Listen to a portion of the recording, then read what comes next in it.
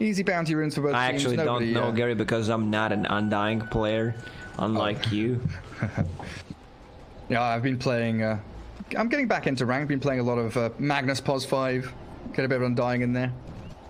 Just enjoy while it lasts, because I believe Magnus is gonna get some kind of rework or a huge nerf. And power removed. Replaced by... Hugo. A blink ability, so he can blink skewer people. Well, first blood right up top, gonna help secure DM a little bit of experience and get that range creep going for themselves. Looks decent up there, as Save is gonna be able to chase back Celery on that Phoenix. So they've got the two 1v1s.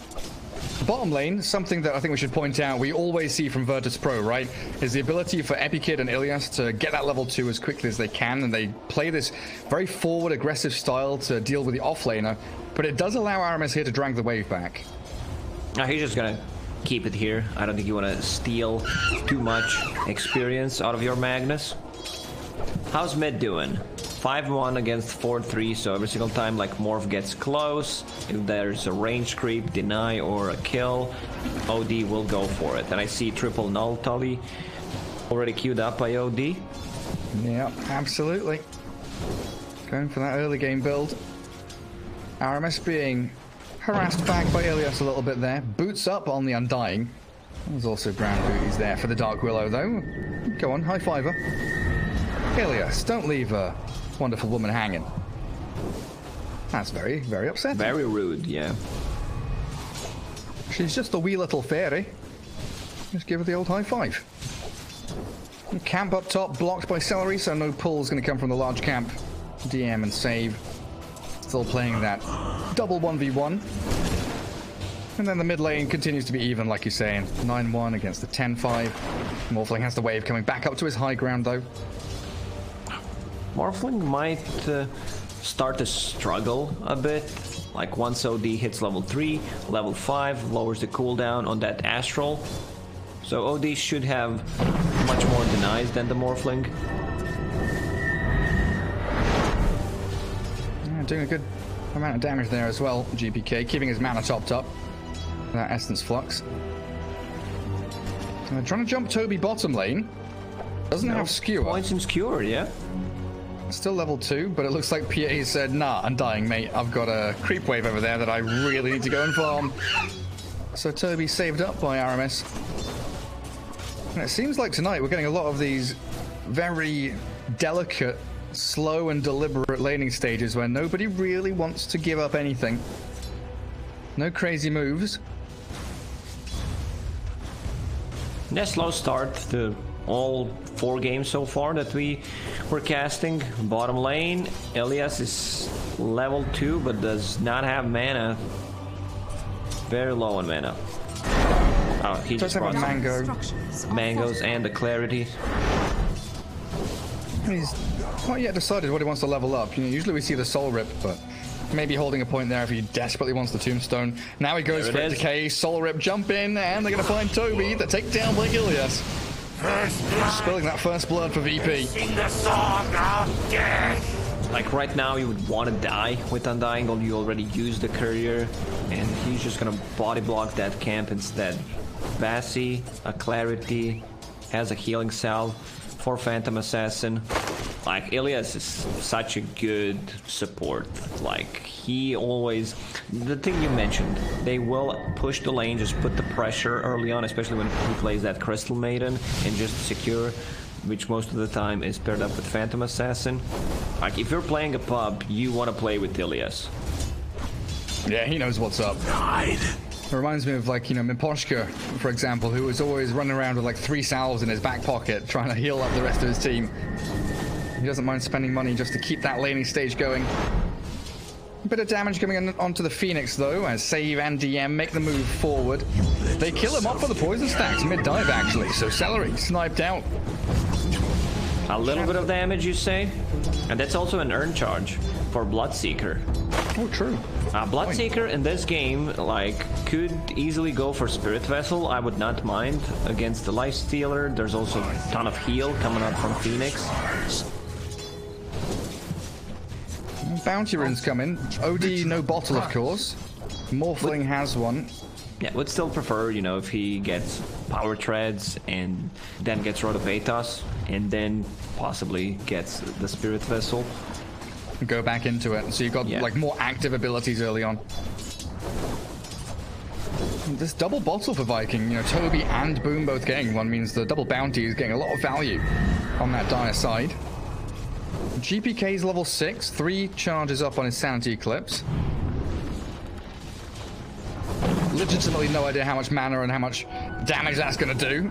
It's going to surprise me and probably going to surprise Boom when it does drop the hammer and land. Toby skewers away from the PA Undying. Yeah, again, slipping away from danger. Viking are making a move into mid now. 6-minute rune's about to spawn, and GPK is trying to go for the top one. He's going to slip away from this. Celery made the move a little too soon. Aramis couldn't quite get there. Oh, they have no stuns, but like their lane setup is really strong.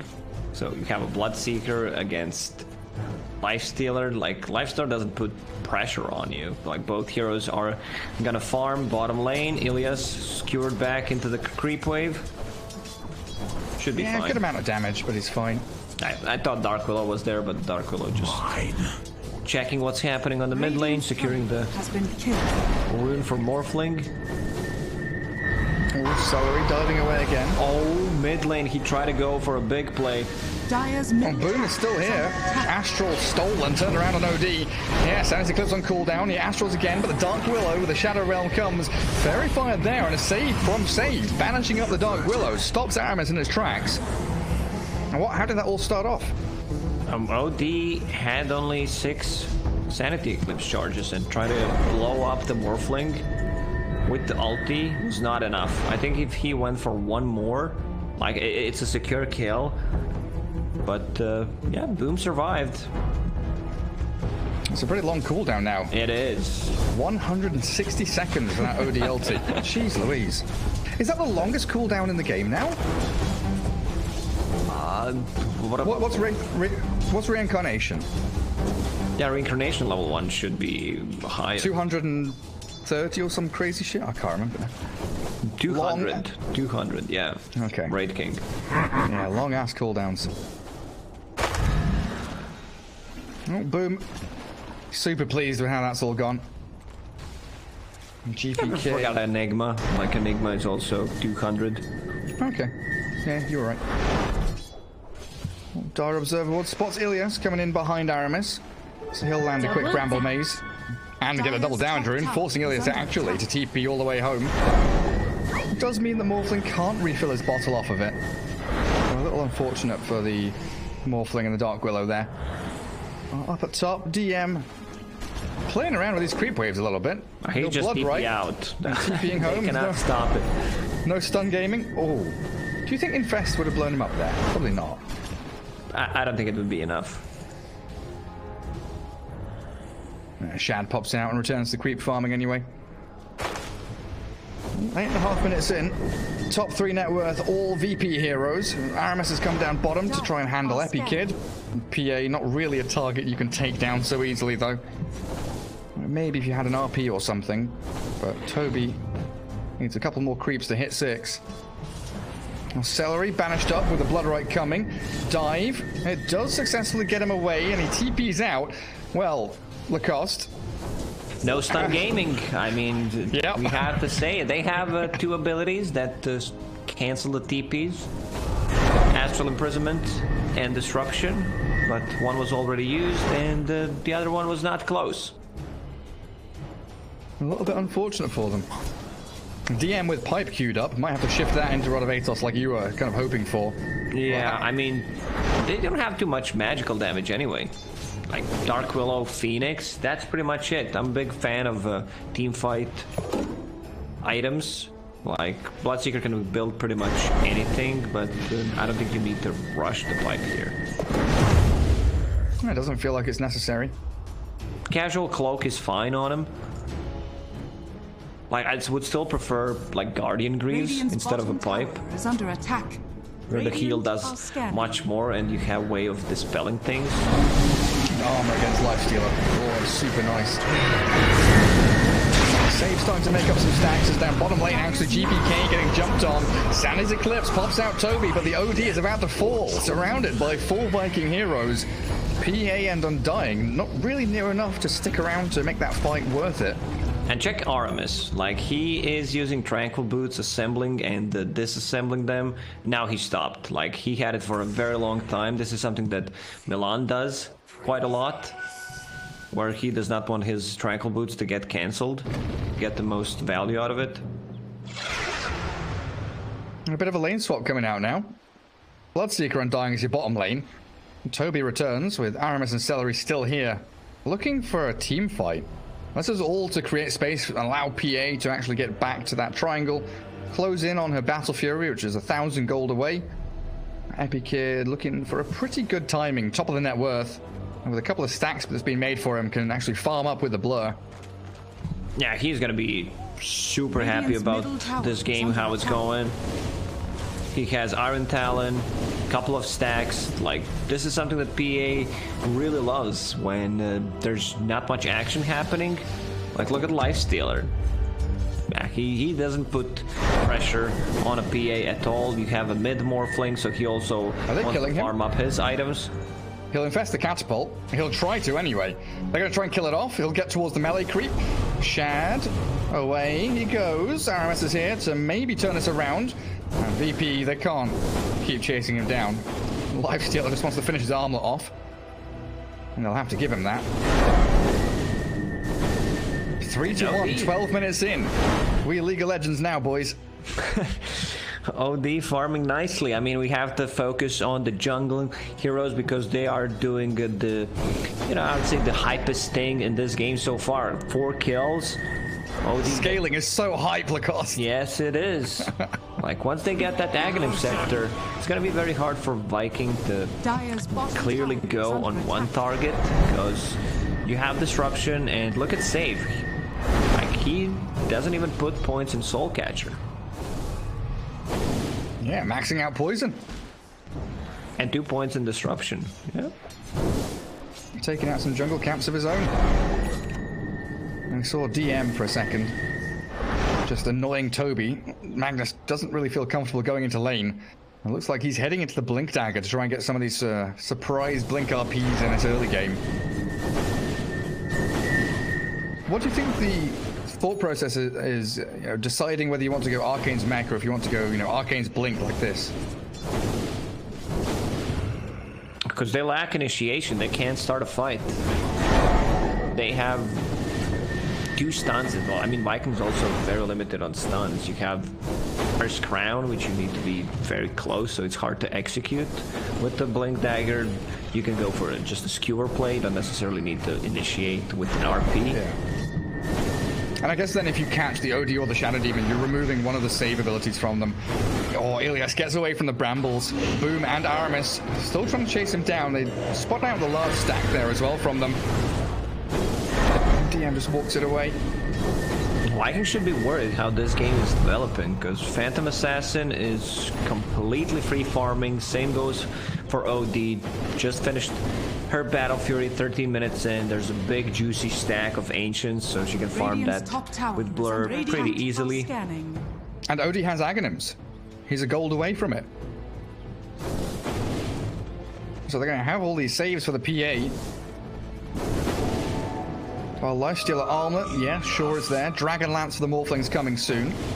Pretty good early game items, as it looks like Toby's clearing through a stack of his own back in the dire triangle, getting towards that Blink Dagger. I'm not sure if he can or if he wants to take the Ancients. It would be a nice burst of gold for him, but you leave it ideally, for Morphling or a Lifestealer. Exactly. Shad's actually feeling the brunt of the PA's damage already. Lifestealer has infested Armlet, turns around and whacks into Epikid. Ilias is here to soul rip and keep that PA nice and healthy. Dire's middle tower is under attack. Spam picking onto Shad though, just don't let him stay in this lane. He's got half HP, we can keep that pressure on if we just bring another hero up top, but it doesn't look like VP really want to. Still 4 heroes, still 4 only kills, Gary. Oh, but bounty runes are spawning, Lacoste. Oh, the bounties are coming. Shad, No. he's going to get one. Oh, the bounty. That's it. Middle tower is under attack. What a play. And back to farming. So Boom decides to go for the Dragonlance. Pretty standard stuff, I would say. You also have the opportunity to, like, if this game drags, to get the Aghanim Scepter, turn into Dark Willow. That would be pretty dope. Get those nice Shadow Realm like rocket launcher attacks going for you. Mid lane catapult in onto the Dire tier 1. Oh, the tombstone's dropped from Ilias. What a monumental statement of intent from him. Quick little banish from GPK. Try and make sure Boom doesn't get any free moves to defend this tower. Also, oh shit, that is some big damage. GPK slays it now. Demonic Purge onto Shad. Toby, do you have Blink? It's coming on Courier, right? Yeah, he's got Blink and he's got RP. He's ready to jump in. Dodges the blood, right? DM's going to find him though, and then get the Decay to cancel any Blink play. Tier 1 tower drops down in the mid lane, and Virtus Pro, they come in, sweep through, get a kill on a massive core hero, get a tower. It's all smooth sailing. Monumental statement when he used that tombstone. Like, I was just, I'll ignore that, but it was a pretty good one, you know. It was pretty stupid, pretty good. Yeah, so you rub off on me, Lacoste. Yeah, Shad will farm up those big ancient stacks. The Cursed Crown will connect to help out with the farming. Armlet into AC, just to buff up the team with some armor against the Phantom Assassin. PA has a BKB queued up. Might still swap things around to see how it's gonna develop. If they get, let's say, a kill or two, can easily transition that into Roche. Dire's top tower is under attack. Dark Willow has Yule Scepter coming out to her now, so position 4 heroes also scaling pretty nicely, with Save having an Ether Lens on the other side. And Virtus Pro drawing a big old circle around that top jungle, get into the area of the map where they can control Roshan, control a bit of the farming areas that maybe Viking would love to utilize themselves. Radiant's bottom tower has fallen. Dark Willow up top, Shadow Realm, and then a smoke, you know, just chilling. He misclicked. Was he trying to Yules, I guess? I don't know. Probably. We'll never know. Who they banished. They've caught someone in disruption, but Bloodright comes too slow. Now the Tombstone forces the Supernova. They're just going to punch it down. Another one Supernova. Down it goes. The RP lands. They don't catch DPK. In comes the Morphling, but he's been saved up by his own Astral. Epileptic Kid gets a double kill now as Iris falls. Boom. He's in the PA mode, and they kill GPK, but this PA is slicing through them all. A triple for Epi. He's going to get an Ultra now. Oh no, Save. You've stolen that from him. Chasing Boom, though. Waveform's ready. Back behind the tier 2. But disaster for Viking as they really wanted to force that fight around the egg. They wanted to go on OD because he used the astral charges. Sorry, the Shadow Demon used the disruption to start on the Phoenix, and they wanted to just take him out, but there's still not enough damage. Like, OD with triple null talismans, power treads, and Ags has 2000 HP. Pretty hard to take down. Like, this one's gonna look really rough for Viking, I would say. I don't think they achieved as much as they should have in the first like 10-15 minutes. And yeah. This is the big change. Like, I talked about the Aghanim Scepter on the Morphling. He says, like, screw it, man. I just need that, and then I'll turn into Dark Willow. Maybe that's the way we're gonna come back into the game. Yeah, you're right. Forget the Aghanim Scepter. Forget the Ethereal Blade, sorry. But Epikid has BKB with a Battle Fury. And 19 minutes in, this PA is seemingly really on an unstoppable force in this game. Yeah, she's also just hit level 15, so with the Blink cast range talent, it's gonna be so much easier to go for the targets, especially if they can delete one guy, and then the chase potential is really there. Now they're gonna go into Roche Pit. Mag, still no RP for 25 seconds. They've even got Glimmer Cape on Ilias here. Throwing Tombstone into the pit, tanking up into Roshan. 15 seconds for RP. Toby, oh, the jump in. Celery forced to dive away. Does have that Supernova to toy around with as Roshan drops to about 2/3 of his health. Slaughter, Shad. Ooh, good blood Shad right. Needs to be careful. They've ruptured Lifestealer. He's got to rage and run to the high ground. He's pretty tanky. The rest of his squad is holding on to that staircase.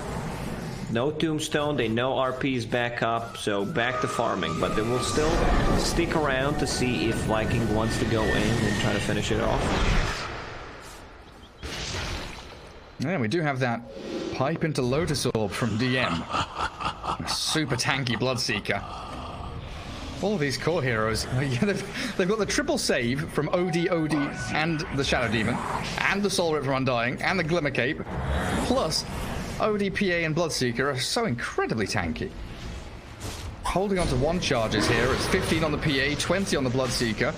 Back into the Roche Pit they go. Bramble Maze to try and poke inside, see what's happening. As Roshan does drop slower and slower down to low HP. They've got a catch here. To Astral, into Bloodright. Not gonna connect. Nice. Oh, catches only one. Sanity Clips gets dropped on them. Lifestealer trying to turn and fight. But this is all doom and gloom for Viking. 2 heroes already blown up and Shad shredded. A triple kill for GPK this time as they go running forward for more. And they won't find Aramis, and boom, he's made his escape. But it's a free Roshan now for Virtus Pro. 11-2 and a 6k lead.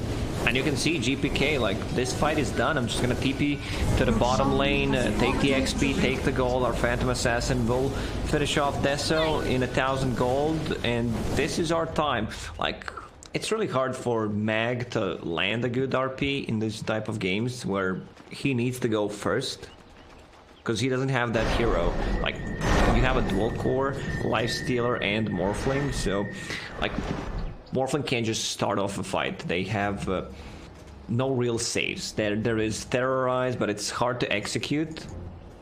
Like, these 3 saves from Shadow Demon and 2 Astral Charges just make Vikings whatever they want to go onto, like whatever kind of a play they want to make, kind of nullified if the positioning from Virtus Pro members is okay.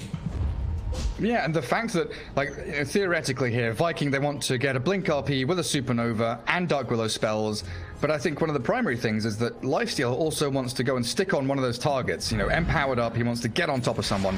Save just Demonic Purges the Lifestealer, and Shad can't do a bloody thing, like he's probably about to do here. Disruption with the Bloodright, the timing not quite right. Shad still gets purged up and slowed down with Epi Kid there, trying to crit him down. Shad drops low but infests inside Toby. They don't have RP, but they can skewer him away, while DM and Epi Kid keep chasing, looking to bait Viking into a continuation of this fight. Let's see the power of Morphling, Aghanim Scepter with the Dark Willow on the same team. Also, does he turn into Dark Willow or OD? Yeah, that's actually really good. Like, he can turn into OD as well, but I think he made it, so he can target allied heroes and get the Dark Willow form. Dire's top tower. Yeah, get that Shadow Realm. And maybe in a dire situation, he can get Lifestealer's Rage as well. Well, some decent options for him. A smoke up from Viking now. Again, trying to get Aramis something going. Collect by that silence. And if that dagger hit, that's probably a jump coming his way. Radiant's middle tower is under Good little attack. Yules, though. Keeps him out of danger. And I love Back that. up shop. Shadow Demon maxed out Disruption, just to lower the cooldown on it.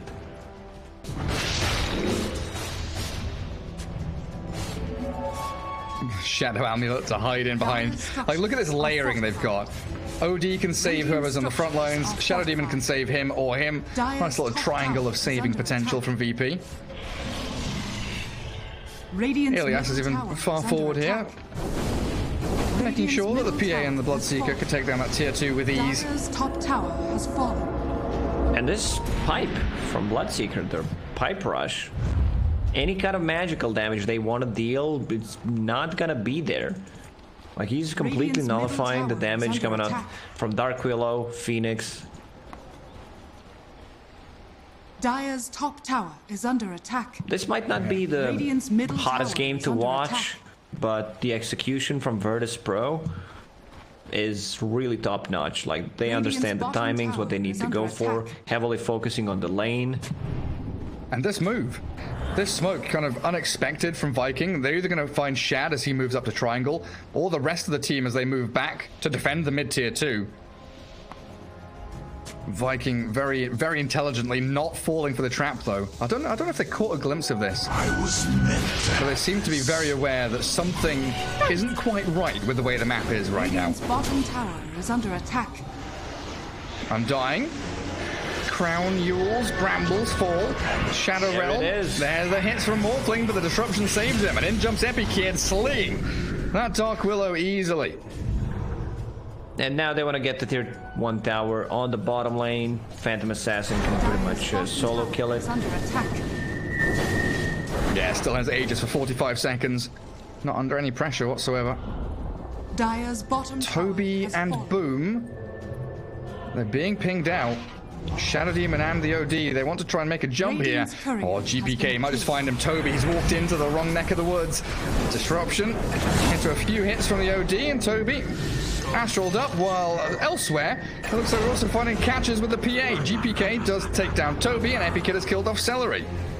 Like, the late game belongs to Virtus Pro. You have this massive OD. Phantom Assassin is out of control. She wants to get the Scotty to remove the portion of the lifesteal, the healing, which is great against both Morphling and the lifestealer.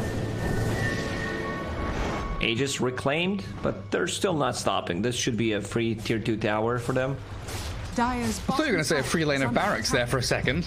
They've got a catapult and a level 20 Phantom Assassin. Oh, they see Shad. Lifestealer, got to be careful with where you're moving.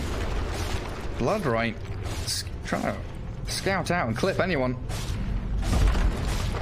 Dire's bottom tower is under Boom attack. buying MKB. Shad shifting towards Abyssal Blade. Has fallen. Tier 2 down. Radiant are scanning. And Virtus Pro want to try and move into mid now, just claiming all of these outer towers. A good little wave cut coming through from Aris, though, making sure that he can push that lane out, stop any more influence the VP has on the map.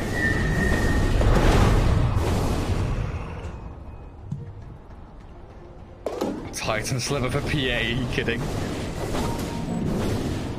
What does OD even want for neutral item? Possibly, like, spider legs? For a tier 3?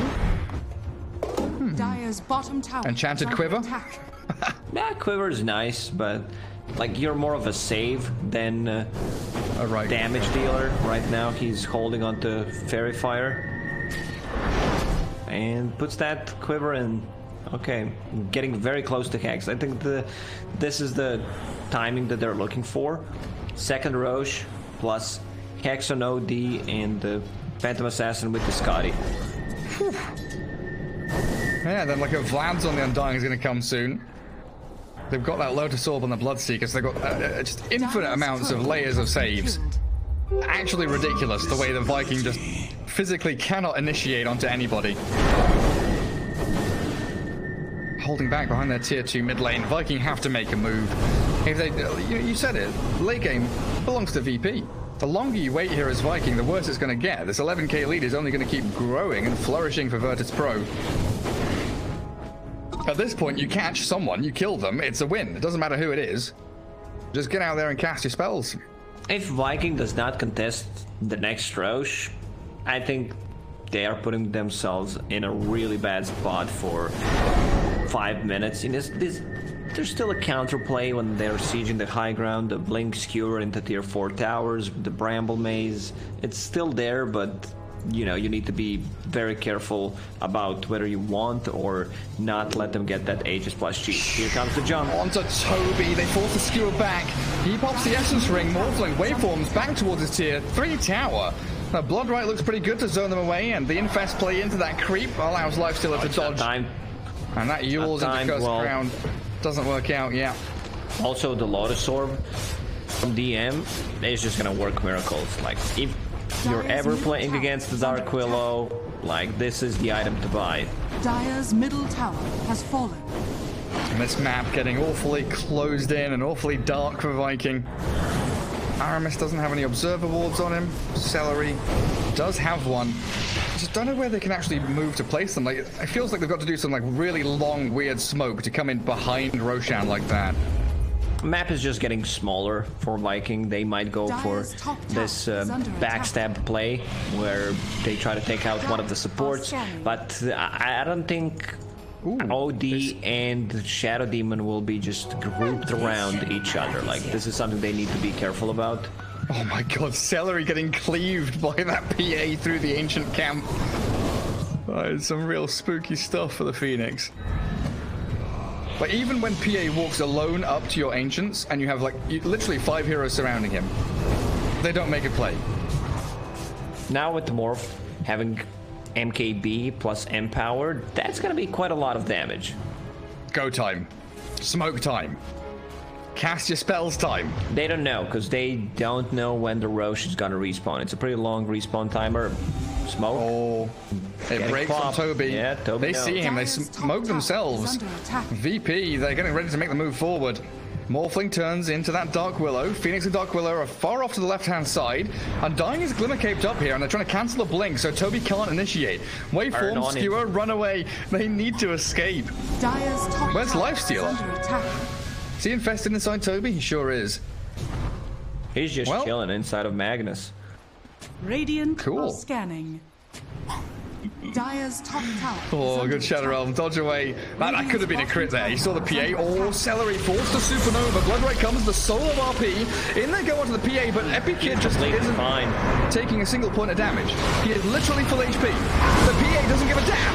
And GPK's there with a big old slam. Toby's gone. Boom kills an Observable. That's the one kill they'll get in this fight because Shadow's falling incredibly quickly. They've got Soul Rips and Essence Rings. Glimmer Caves and Saves from Disruptions and Astrals. Boom is falling. 3 heroes down from Viking. And Virtus Pro are just steamrolling through this game.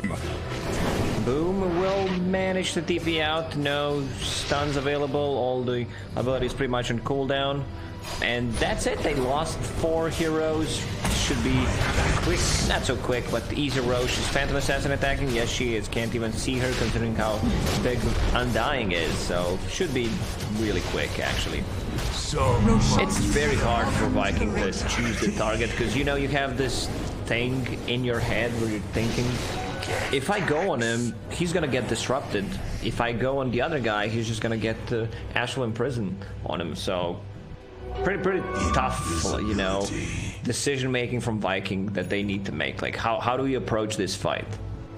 Like, did they do any damage to the PA? I feel like no damage was done. Like, Epic Kid was fully, like, got RP'd under Supernova, full HP the entire fight. Yeah. Now has cheese. You see, they didn't even give Phantom Assassin Aegis this time. OD is the one who's holding it. 1,600 crits from the PA flying out now. Well, Viking not giving up just yet. Holding on for hope, dear hope. As this Boom Morphling, he is scaling. 15,000 net worth on him and Lifestealer. MKB moving into Skadi next. In terms of ways. Yeah, in terms of numbers, like, okay, OD's in, and someone's gonna be out. Yeah, they're trying to blow up Shad, but Epic Kid is the one that needs to get the final touch, skewering back to the tier 4s. But Epic Kid just doesn't really care. A 1,600 crit again is there onto Toby. TP's flying through as well as Boom nearly blown up by the OD. The Supernova focused down by DM and Epi, and they've got the Astral finding the Boom Morphling. An ultra kill for Epic Kid, and the Rampage is coming for the PA. They give it to her, and the GG comes straight on after. Yeah, man, Virtus Pro is just that good of a team where they can pick 0 stuns and win a game. Like, maybe Vikings should have gone for